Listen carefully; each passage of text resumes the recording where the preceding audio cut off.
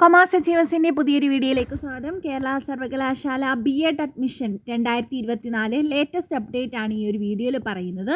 കേരള യൂണിവേഴ്സിറ്റിയുടെ വിവിധ കോളേജുകളിലേക്കുള്ളതും അതുപോലെ തന്നെ പഠന വകുപ്പുകളിലേക്കുള്ള BA ഡിഗ്രി അഡ്മിഷൻ്റെ ഫസ്റ്റ് അലോട്ട്മെൻറ്റ് പബ്ലിഷ് ചെയ്തിരിക്കുകയാണ്. യൂണിവേഴ്സിറ്റിയുടെ ഒഫീഷ്യൽ സൈറ്റിൽ നിന്ന് ഇപ്പോൾ തന്നെ നിങ്ങൾക്ക് നിങ്ങളുടെ അലോട്ട്മെൻറ്റ് ചെക്ക് ചെയ്യാനായിട്ട് സാധിക്കും. ലിങ്ക് ഡിസ്ക്രിപ്ഷൻ ബോക്സിൽ കൊടുക്കാം. ലിങ്കിൽ ക്ലിക്ക് ചെയ്ത് നിങ്ങളുടെ ആപ്ലിക്കേഷൻ നമ്പറും പാസ്വേഡും ഉപയോഗിച്ച് ലോഗിൻ ചെയ്ത് നിങ്ങൾക്ക് ഫസ്റ്റ് അലോട്ട്മെൻറ്റ് പരിശോധിക്കാവുന്നതാണ്. അപ്പോൾ ഫസ്റ്റ് അലോട്ട്മെൻറ്റ് വന്ന വിദ്യാർത്ഥികൾക്ക് 2-ാം തീയതി വരെ ഫീസ് അടയ്ക്കാനായിട്ട് സാധിക്കും. അതുപോലെ തന്നെ 1-2 തീയതികളിലായിട്ടാണ് അഡ്മിഷൻ നടക്കുന്നത്. 1-2 തീയതികളിൽ കോളേജ് നേരിട്ടെടുത്ത് നിങ്ങൾക്ക് അഡ്മിഷൻ എടുക്കാനായിട്ട് സാധിക്കും.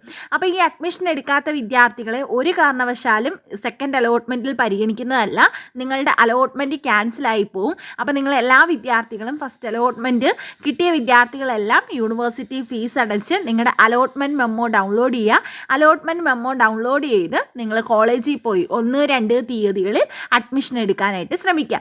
അപ്പോൾ അഡ്മിഷൻ എടുത്ത് കഴിഞ്ഞിട്ട് സെക്കൻഡ് അലോട്ട്മെൻറ്റ് വരുന്നത് 5-ാം തീയതിയാണ്. സെക്കൻഡ് അലോട്ട്മെൻറ്റ് പബ്ലിഷ് ചെയ്യുന്നത് ജൂലൈ 5-ാം തീയതി സെക്കൻഡ് അലോട്ട്മെൻറ്റ് വരും. അപ്പോൾ അലോട്ട്മെൻറ്റ് വരുന്ന സമയത്ത് നിങ്ങൾ ഹയർ ഓപ്ഷൻ നിലനിർത്തി കഴിഞ്ഞാൽ നിങ്ങൾക്ക് പുതിയ കോളേജ് വരുമ്പോൾ പുതിയ കോളേജിൽ പോയി ജോയിൻ ചെയ്യാനായിട്ട് സാധിക്കും. അപ്പോൾ സെക്കൻഡ് അലോട്ട്മെൻറ്റ് നിങ്ങളെ പരിഗണിക്കണമെങ്കിൽ ഫസ്റ്റ് അലോട്ട്മെൻറ്റിൽ കിട്ടിയ വിദ്യാർത്ഥികൾ നിർബന്ധമായും കോളേജിൽ പോയി അഡ്മിഷൻ എടുക്കണം.